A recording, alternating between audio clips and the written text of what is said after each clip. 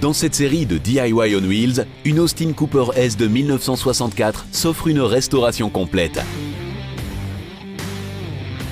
Entre-temps, Carl a attaqué la révision de la boîte de vitesse. Dans l'épisode précédent, vous avez placé le mécanisme de changement de vitesse et les nouveaux synchros. Vous pouvez maintenant remettre le différentiel.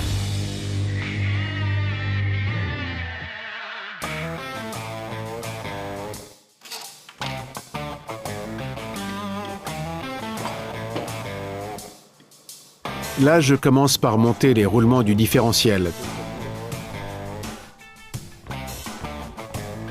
Puis le différentiel vient ici, et cela nécessite de nouveaux roulements. Prenons-les.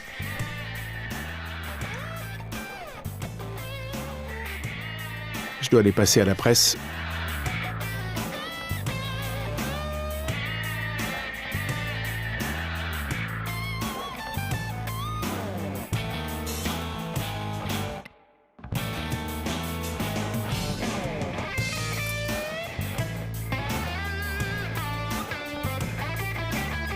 Voilà. Je le laisse à sa place pour le moment. Il sera ensuite centré avec les plaques d'épaisseur qui doivent être placées entre les deux. Et avec les capuchons latéraux qui seront placés par-dessus, il sera centré. Maintenant, je vais d'abord monter le joint d'étanchéité et mettre le couvercle dessus. Il ne faut pas serrer à fond. Puis on va centrer en serrant ce côté et ce côté. Une fois en place, le différentiel peut être entièrement fixé. Ce sont les plaques d'épaisseur qui étaient déjà dedans. Comme nous ne remplaçons pas le différentiel, juste les roulements, je vais utiliser le même pour le centrage. Regardez bien car vous allez voir que vous pouvez le monter comme ceci, mais aussi comme ça. Il tournera de toute façon. Vous pouvez aussi le mettre de l'autre côté, mais il doit être centré, aligné par rapport à la boîte de vitesse.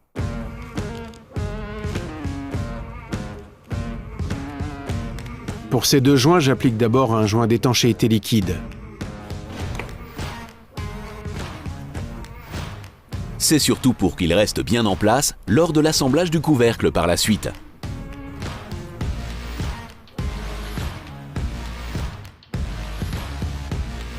D'abord, je dois terminer avec ce joint. Au bout d'un quart d'heure, il sera sec et on ne pourra plus rien en faire. Alors, il ne faut surtout pas perdre de temps.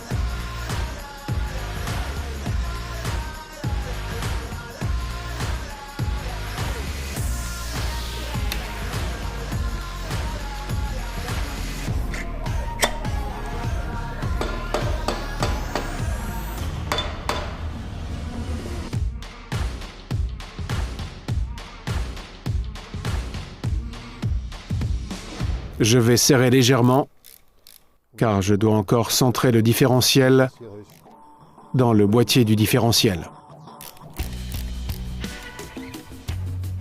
Dans ces deux bribes, où les cadrans viendront, il y a des joints. C'est un point faible de la Mini, parce qu'il y a souvent des fuites d'huile. Comment ça se fait? Voilà, c'est le vieux joint. Si vous ne conduisez pas beaucoup, il durcit complètement. Et il perd son étanchéité. Les nouveaux joints sont beaucoup plus lisses et restent étanches. En fait, vous devez également conduire pour lubrifier le joint d'étanchéité. Si vous regardez de près, vous pouvez voir des rainures. Ce sont des canaux qui ramènent l'huile à la boîte de vitesse. L'huile doit arriver jusqu'ici, lubrifier le joint d'étanchéité, puis retourner à l'intérieur grâce à la rotation du cardan. Si ça durcit, comme les anciens, ça ne fonctionne plus. Les rainures sont également usées, ce qui fait une fuite. Il faut toujours penser à monter des joints neufs.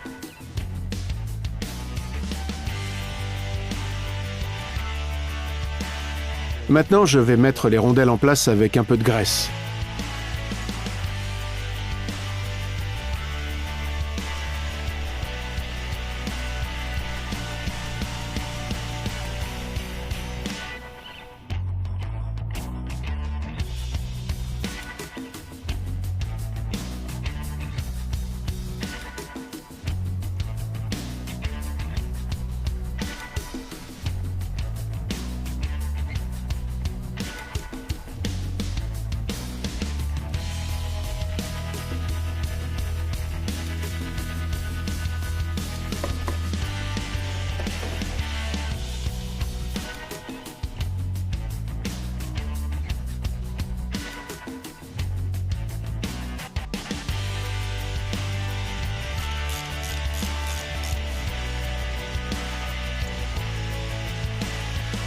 Je vais d'abord resserrer complètement le boîtier du différentiel.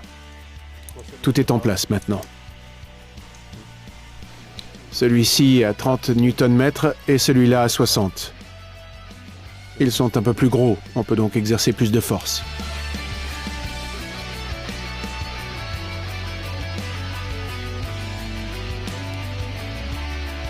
Voilà. Puis le reste à 30.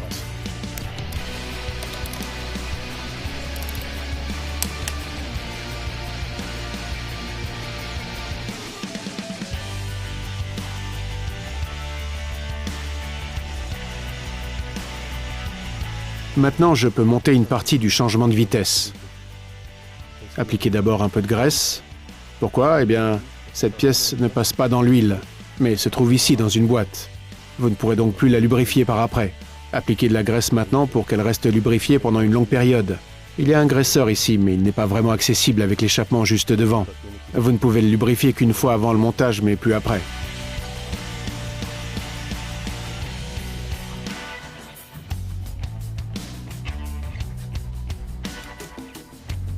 Il est raccordé à un système qui entre ici et sort là. Je vais l'assembler maintenant.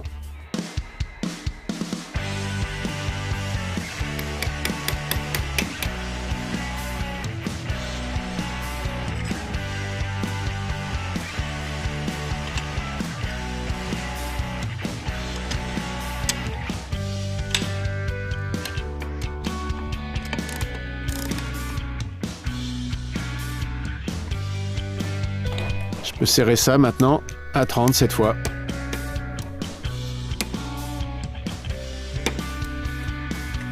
Ici, on voit comment ça fonctionne. Marche arrière, 3e et 4e vitesse, 1re et 2e.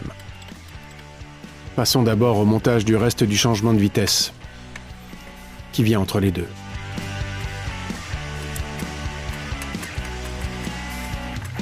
Maintenant, on monte la mécanique au-dessus.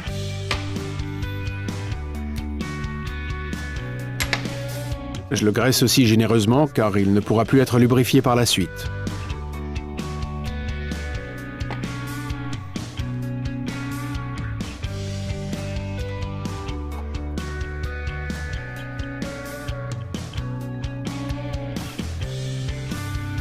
Il faut quand même bien frotter l'excédent.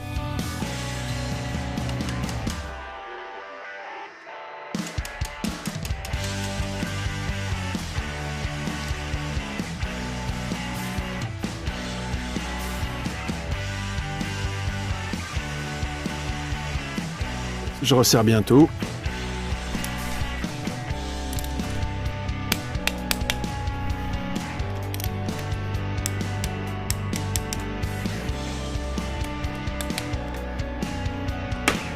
Maintenant, je peux monter le couvercle latéral, encore une fois avec un joint d'étanchéité. On y trouve le mécanisme du compteur de kilomètres et de l'indicateur de vitesse qui est le même câble.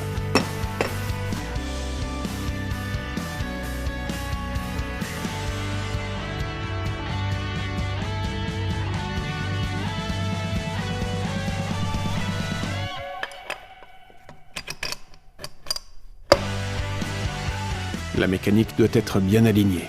Puis on appuie sur le couvercle pour le mettre en place et on le fixe.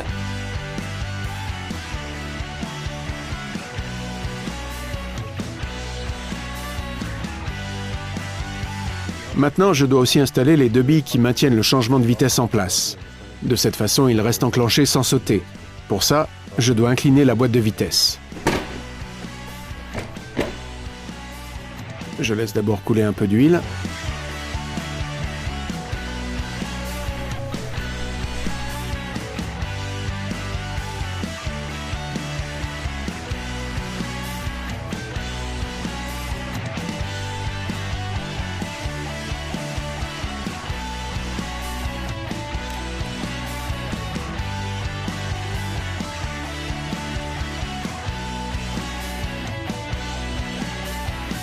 Maintenant, je peux raccorder la boîte de vitesse à la table. Comme ça, je peux terminer de monter le reste avant de remettre le moteur.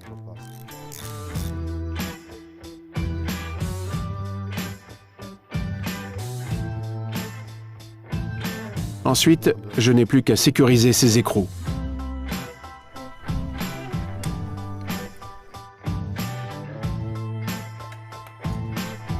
Puis, bien lubrifier le tout. Ça évite surtout l'oxydation, car il faudra un certain temps avant que le moteur soit vraiment prêt et que tout soit remis dedans.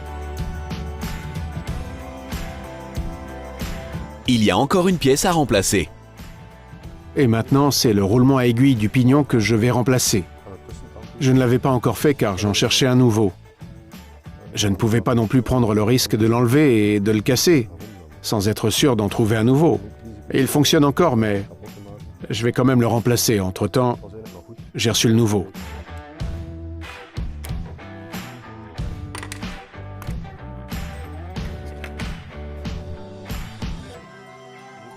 Pour l'enlever plus facilement parce qu'il est bien encastré dans l'aluminium, je vais chauffer un peu cette partie.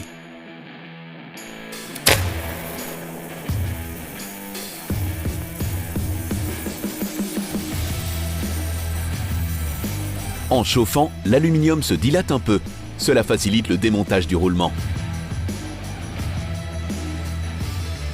Avec un extracteur de roulement, cela peut être fait rapidement et sans dommage.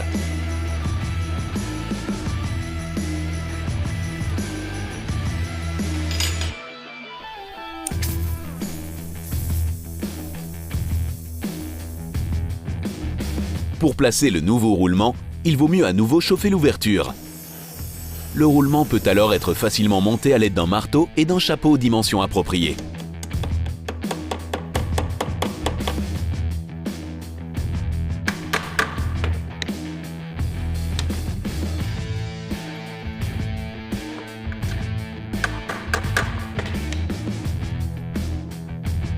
Remettez ensuite le circlip en place pour qu'il ne bouge plus.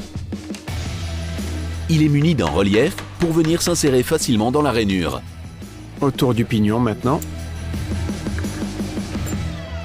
Et là, je vais replacer le couvercle pour un bref moment afin de déterminer la distance qui les sépare. Il ne faut pas oublier de mettre le bon joint avec, car il a une certaine épaisseur à prendre en compte.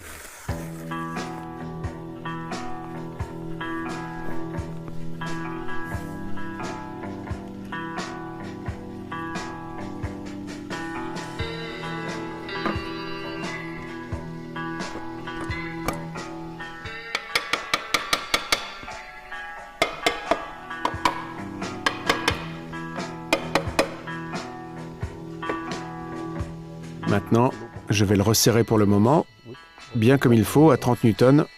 Et là, je vois tout de suite si le jeu est correct.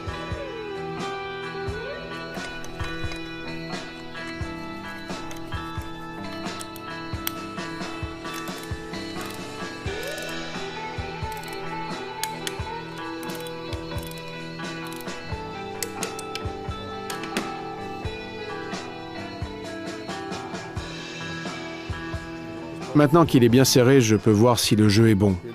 Il faut compter entre 0,10 et 0,15 mm. Voilà, 0,10 et ça se glisse déjà facilement entre les deux. J'essaie avec 0,30. À 0,30, ça passe très bien aussi, mais avec un peu trop de jeu. Ce n'est pas la bonne épaisseur d'anneau. Vous pouvez voir qu'il fait des va-et-vient. On entendait le bruit lors de l'essai de la Mini. Je dois donc le remplacer. Je commence par mesurer, puis j'en choisis un autre. J'en ai plein ici pour changer.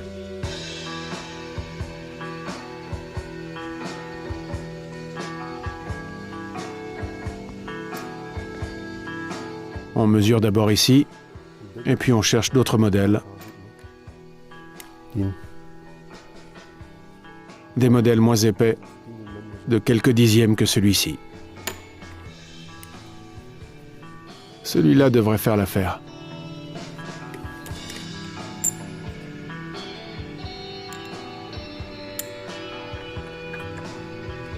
Je remonte le couvercle.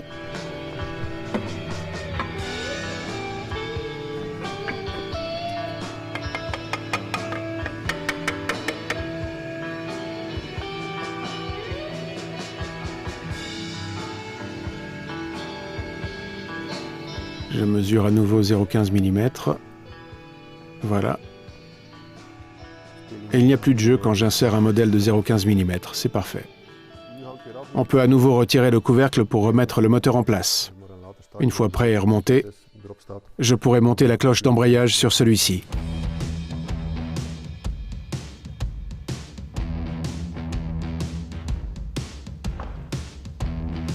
La boîte de vitesse est prête.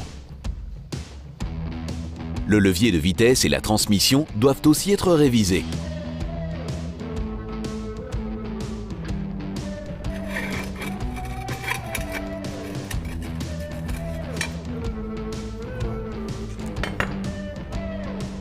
Voyons ce qu'on a ici. Une vis, un anneau d'arrêt, pas de cette pièce, mais il y en a quand même. Je vais d'abord tout nettoyer et bien dégraisser.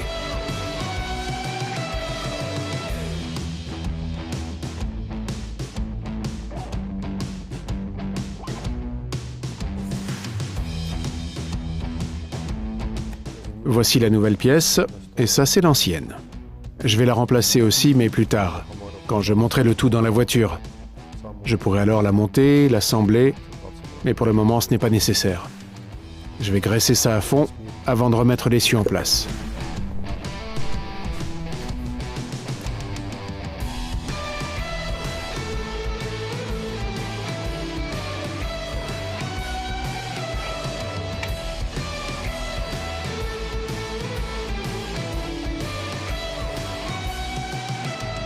Il ne faut pas longtemps pour que la transmission soit complètement terminée. Pour l'instant, Karl l'assemble sur la boîte de vitesse pour tester le mécanisme de changement de vitesse et les rapports un par un. Maintenant, je peux tester la boîte de vitesse pour voir si toutes les vitesses passent de la plus petite à la plus grande et dans l'autre sens, sans oublier la marche arrière. La commande est ici. C'est ici que se trouve le premier point d'articulation. Là, le deuxième. Dedans, ceci contrôle la partie supérieure ici. Voici un autre point charnière. Et cela va jusqu'au sélecteur dans la boîte de vitesse. Là, je passe la première vitesse, donc juste à gauche, et voilà la première. On voit que celui-ci est déjà en mouvement et se prépare dans le sélecteur de la première vitesse. Voilà, c'est la première vitesse. Maintenant, il tourne en première. Passons maintenant à la deuxième. Ici, c'est la deuxième vitesse. On repasse au point mort, puis en troisième. Quatrième. Toutes les vitesses passent. Troisième. Deuxième. Première. Et la marche arrière. Voilà, marche arrière. Maintenant que toutes les vitesses fonctionnent, Karl peut continuer à remonter le moteur. Ne manquez pas la suite dans les prochains épisodes de DIY on Wheels.